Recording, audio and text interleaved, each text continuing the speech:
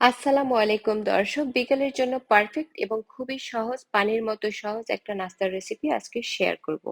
এই চপ খেতে সবাই অনেক বেশি পছন্দ করবে, ছোট বড় সবাই পছন্দ করে এবং অতিথি আপ্যায়নে বলুন কিংবা বিকেলে চায়ের সাথে বলুন, এই চপ কিন্তু খেতে অনেক বেশি ভালো লাগবে। আজকে এই চপটা খুবই অল্প উপকরণে আমি তৈরি করেছি, আর ঠিক কিভাবে তৈরি করেছি সেটি জানার জন্য পুরো ভিডিওটি প্রথম থেকে শেষ পর্যন্ত দেখার অনুরোধ থাকলো। সেই সঙ্গে প্রতিদিন নতুন নতুন রেসিপি পাওয়ার জন্য আমার চ্যানেলটি সাবস্ক্রাইব করে রাখার অনুরোধ থাকলো। এই চপের উপরের লেয়ারটা একদম ক্রিস্পি এবং ভেতরের দিকটা কিন্তু একদম নরম হয়, খেতে কিন্তু অনেক বেশি মজা হয়। আজকের এই চপ তৈরি করার জন্য আমি মিডিয়াম সাইজের 5 থেকে 6টার মতো আলু সেদ্ধ করে তারপরে আমি গ্রেট করে নিয়েছি, যাতে এর ভেতরে কোনো দানা দানা ভাব না থাকে। এরপরে এখানে ব্যবহার করেছি 1/3 কাপ পেঁয়াজ বেরেস্তা। এখানে অবশ্যই পেঁয়াজ বেরেস্তাটা ব্যবহার করতে হবে, এতে করে চপের স্বাদ ভালো আসে। এখন কিছু কাঁচামরিচ আমি কুচি করে কেটে দিয়ে দিয়েছি, আর ব্যবহার করেছি পরিমাণ মতো লবণ। খুব বেশি উপকরণ কিন্তু আজকের এই চপ তৈরিতে ব্যবহার করব না। এখানে ঝালের জন্য দিয়েছি আমি 1.5 টেবিল চামচের মতো চিলি ফ্লেক্স। ঝাল বা কাঁচামরিচের পরিমাণ যার যার রুচি অনুযায়ী ব্যবহার করতে হবে। বাসায় বাচ্চা থাকলে সেক্ষেত্রে ঝাল কিন্তু একটু কমিয়ে ব্যবহার করতে পারেন। তারপরে 1 চা চামচের মতো ঘি ব্যবহার করেছি, আর এই ঘিটা ব্যবহার করার ফলে এই চপের স্বাদ কিন্তু অনেক বেশি বেড়ে যায়। এখন সবগুলো উপকরণ একসাথে হাত দিয়ে বেশ ভালো করে মিহি করে মিশিয়ে নিতে হবে। আমি সবগুলো উপকরণ একসাথে ভালো করে মিক্স করে নিয়েছি, আর এখন আমার আলুর মিশ্রণটা কিন্তু চপ তৈরি করার জন্য একদম রেডি হয়ে গিয়েছে।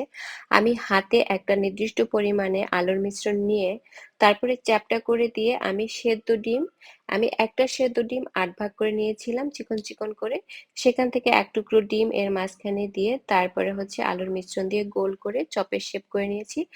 এই চপটা আপনারা চাইলে গোল করেও তৈরি করতে পারেন, আমি একটু লম্বা করে তৈরি করে নিচ্ছি। আপনাদের বোঝার সুবিধার্থে আমি আরো একটি চপ তৈরি করে দেখিয়ে দিচ্ছি। এই চপ যে কেউ তৈরি করতে পারবে। এখন আমি সবগুলো চপ যেহেতু তৈরি করা হয়ে গিয়েছে, এগুলোকে আমি কোট করে নিব। তো কোট করার জন্য আমি কিছু উপকরণ রেডি করে নিয়েছি। আমি নিয়েছি কিছু ব্রেড ক্রাম্বস আর ময়দার মিশ্রণ। আমি কিছু ময়দা নিয়ে তারপরে পানি দিয়ে গুলিয়ে একটু ঘন করে একটা ব্যাটার তৈরি করে নিয়েছি। প্রথমে চপটাকে আমি ময়দার মিশ্রণে গড়িয়ে নিব, তারপরে আমি এটা ব্রেড ক্রাম্বসে গড়িয়ে নিব। আমি এভাবে একবার করে দিয়ে তারপরে কিন্তু আমি আরো একবার করে ডাবল কোট করে নিয়েছি, যাতে উপরের লেয়ারটা বেশ শক্ত হয় এবং চপটা যাতে ভেঙে না যায়। তো আমি প্রত্যেকটা চপ একইভাবে ডাবল কোট করে তৈরি করে নিয়েছি, আর এখন আমার সবগুলো চপ তৈরি করা হয়ে গিয়েছে। চপগুলো কিন্তু এই পর্যায়ে ফ্রোজেন করে রেখে খাওয়া যায়। যেহেতু আলু দিয়ে তৈরি করেছি, তাই এই চপগুলো সর্বোচ্চ 7 দিন ডিপ ফ্রিজে রেখে খেলে এর স্বাদ ভালো থাকবে। এর বেশি রাখলে কিন্তু খেতে বেশি ভালো লাগে না। তো আমি আজকে আর ফ্রোজেন করব না, আমি সবগুলো চপই আপনাদের সঙ্গে ভেজে শেয়ার করব। আর এখানে একটি টিপস অবশ্যই মনে রাখতে হবে, যেহেতু আলু দিয়ে চপগুলো তৈরি করেছি, পর্যাপ্ত পরিমাণে তেলে এই চপগুলো ভাজতে হবে, আর তেলটা যাতে খুব ভালো করে গরম হয় সেটা অবশ্যই লক্ষ্য রাখতে হবে। ঠান্ডা তেলে কোনোভাবেই এই চপগুলো দেয়া যাবে না, তাহলে কিন্তু চপগুলো ভেঙে যাওয়ার পসিবিলিটি থাকে। তো আমি চপগুলো দিয়ে তারপরে মিডিয়াম টু হাই ফ্লেমে উল্টে পাল্টে ভেজে নিব, আর চপগুলো দেওয়ার পরে কিছুক্ষণ পরে নেড়েচেড়ে তারপরে ভেজে নিতে হবে।